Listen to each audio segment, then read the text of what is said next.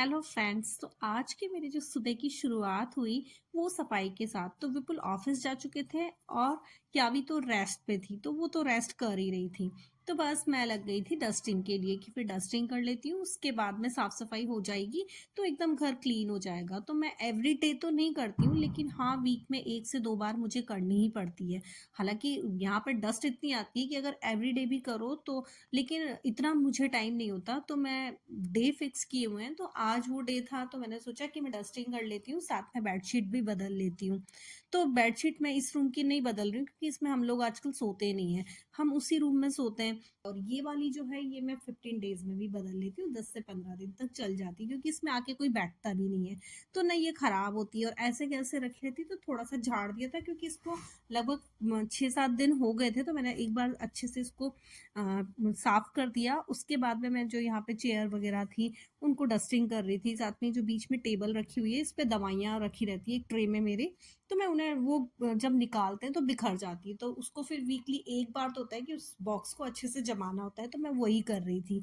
यहाँ पे side table है बेड के साइड में, तो फिर इसकी भी मैंने सफाई की, इस पे भी कुछ सामान रखती हूँ तो उनको सबको सेट किया। उसके बाद ये रात को हम पिलो हमारे बेडरूम में ले जाते हैं क्योंकि वहाँ पे 2 पिलो हैं और 2 हम ये ले जाते हैं, और यावी को आजकल पैर के नीचे भी लगाने को चाहिए।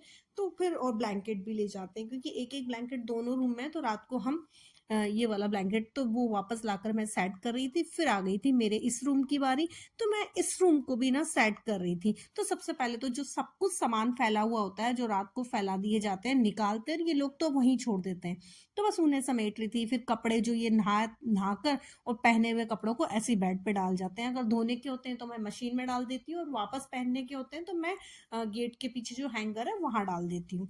उसके बाद फिर मैंने सारे का ब्लैंकेट हटाया, पिलो हटाए, और फिर उसके बाद में जो इधर साइड टेबल है उस पे पानी रखा रहता है, तो उसमें भी एक ट्रे है, तो उस ट्रे में भी ना फालतू का सामान आ जाता है। तो बस उन्हें भी कर रही थी कि जो काम का है वो उसमें रखूं, बाकी का हटा दूं, डस्टिंग कर दूं, जो भी फालतू का सामान है वो यहाँ से रूम से मैं पूरा का पूरा हटा दूं। फिर सोचा इस रूम की बेडशीट को 5 से 6 दिन हो गए तो मैं आज बदल ही लेती हूँ। तो फिर मैंने बदल लिया क्योंकि जहाँ सोया जाता है तो वहां तो मतलब बेडशीट हुआ या जो भी है वो एकदम फ्रेश होने चाहिए, उस पर मुंह रख कर सोते हैं, तो मुझे ना पिलो कवर तो खास तौर से लगता है कि बदल लेना चाहिए। बेडशीट एक बार फिर भी नहीं, तो फिर वो बेडशीट भी उसके साथ में बदलने में आई जाती है। तो बस वो भी मैंने हटाया। उसके बाद में ये मैट्रेस को साफ किया। तो मैं हमेशा मैट्रेस को प्रोटेक्टर के साथ रखती हूँ। मैंने दोनों जो मेरे दोनों बेडरूम में मैट्रेस हैं इनको मैंने प्रोटेक्टर से प्रोटेक्ट किया हुआ है, जिससे इनमें मॉइस्चर भी नहीं जाए और डस्ट भी ना जाए। उसके बाद में तो मेरे जो भी मैट्रेस है वो एकदम क्लीन रहते हैं।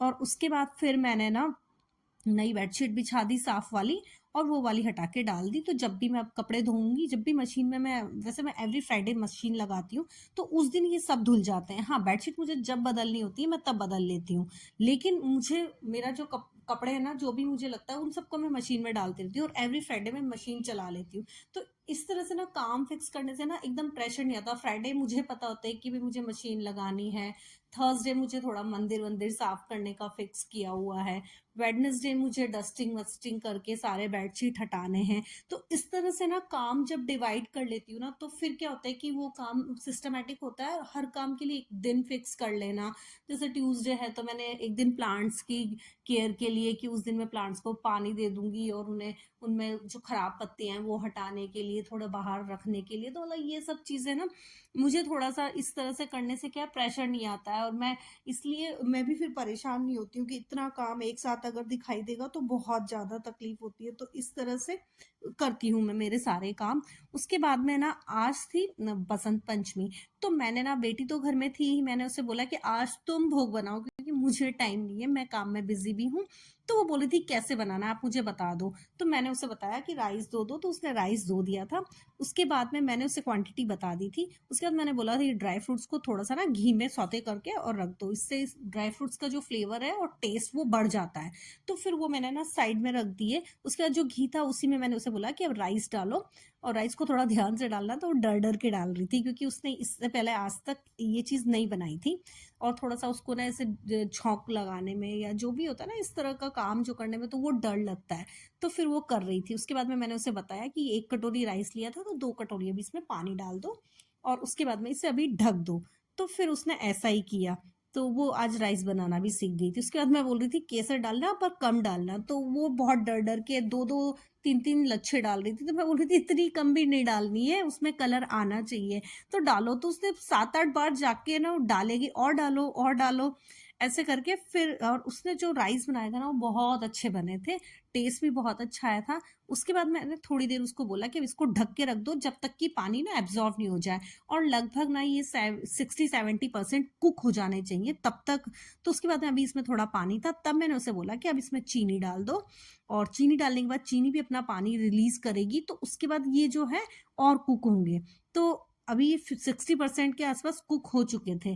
तो फिर चीनी डलवा के और मैंने उसे फिर ढका दिया कि ढक के और छोड़ दो।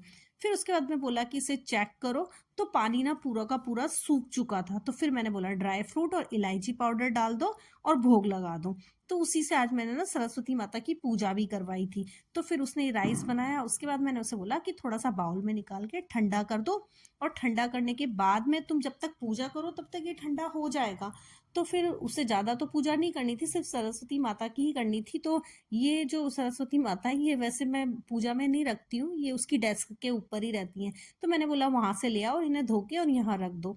उसके बाद ये ऐसे पूजा कर दो। तो अब वो उनकी पूजा कर रही थी, और उसके बाद में भोग लगा दो, और फिर बाकी भगवान जी को भी ना भोग लगा देना।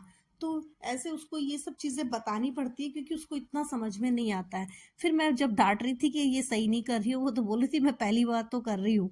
तो फिर भगवान जी को भी उसने भोग लगा दिया, सबको भोग लगा दिया, और बस उसने आज ये तैयारी कर दी। उतने में मैंने आज घर को साफ कर लिया था, और उसके बाद फिर मुझे भी बनाना था लंच। तो उसने बहुत अच्छा ये मीठा वाला पुलाव बनाया था, और ये इतना टेस्टी बना था, विपुल भी बोल रहे थे बहुत अच्छा बनाया है, जैसा तुम बनाती हो ना वैसा ही बनाया है। और उसने इलायची पाउडर मैंने बाद में डाला था, क्योंकि वो उस टाइम तो उसने डाला नहीं था, वो भूल गई थी, और मैं उस टाइम खड़ी नहीं थी उसके पास में।